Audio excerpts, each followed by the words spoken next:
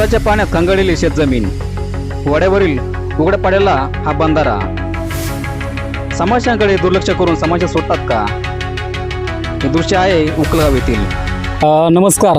आज आपण एका महत्त्वाच्या विषयावरती उकलगाव येथे आलेलो आहोत. सर्वे नंबर 12/1 अशोक बंधाऱ्यावरती आपण आहोत आणि त्या बाजूला शेतकऱ्याची शेती ही पुराच्या पाण्यामध्ये खंगाळली गेलेली आहे.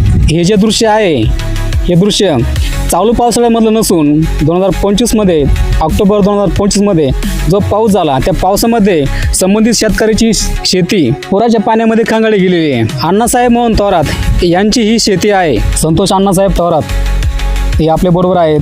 तर त्यांच्याकडूनच जाणून घेऊया की ऑक्टोबर 2025मध्ये या वड्याला आलेल्या पुरामध्ये शेतीच्या जमिनीची परिस्थिती काय होती, वड्याला आलेल्या पुराची परिस्थिती काय होती आणि त्या काळामध्ये त्यांच्यावर कोणती संकट आली हे आपण त्यांच्याकडून जाणून घेऊयात. या ठिकाणी आपण बघतात की त्यांचे वडिलोपार्जित शेती होती.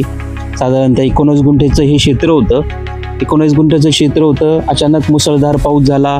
मुसळधार पावसामुळे ओढ्याला पूर आला आणि या पुरामध्ये उजव्या साईडची जी बाजू आहे बंधाऱ्याची ती तुटून आमचं 15 गुंठे क्षेत्र वाहून गेलं आहे आणि ते पण 20 ते 30 फूट खोल हे क्षेत्र वाहून गेलेलं आहे.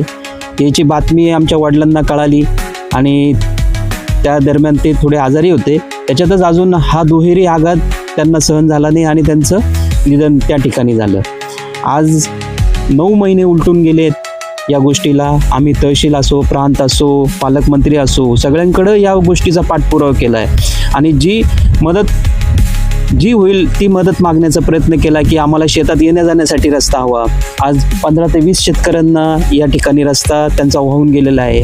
आज आमचे क्षेत्र हे नापीक झालेलं आहे कारण की जायला यायला रस्ता नाही आहे आणि 15 गुंठे क्षेत्र वाहून गेलं आहे. याच्यामुळे आमचं उपजीविकेचा प्रश्न हा या ठिकाणी तयार झालेला आहे.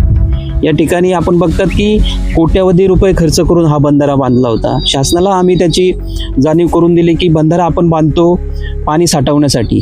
आज रोजी त्याची उजवी साईड तुटून गेल्यामुळे आपण बघू शकता की पाणी वाहून जातंय. पाणी या ठिकाणी थांबत नाही आहे. म्हणजे हजारो हेक्टर जी शेती पाण्याखाली येणार होती ती आज पाण्याखाली येत नाही आहे कारण की याची उजवी बाजू तुटून गेलेली आहे.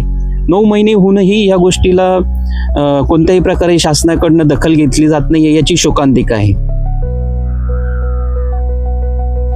खंगाळलेल्या शेतजमिनीची आम्हाला नुकसान भरपाई नको, पण या बंधाऱ्याची दुरुस्ती झाली पाहिजेत जेणेकरून पाणी अडवा पाणी जिरवा हा उद्देश तेव्हा सफल होईल जेव्हा या बंधाऱ्यातून पाणी गळती थांबेल. शासन दरबारी या समस्यांची दखल घेतली जाईल का आणि या बंधाऱ्याची दुरुस्ती केली जाईल का की पुन्हा या पावसाळ्यात ही शेतजमीन खंगळून जाईल? याबाबत तुम्हाला काय वाटतं ते कमेंट करून नक्कीच कळवा. चॅनलमध्ये जर नवीन असता तर सबस्क्राईब नक्कीच करा.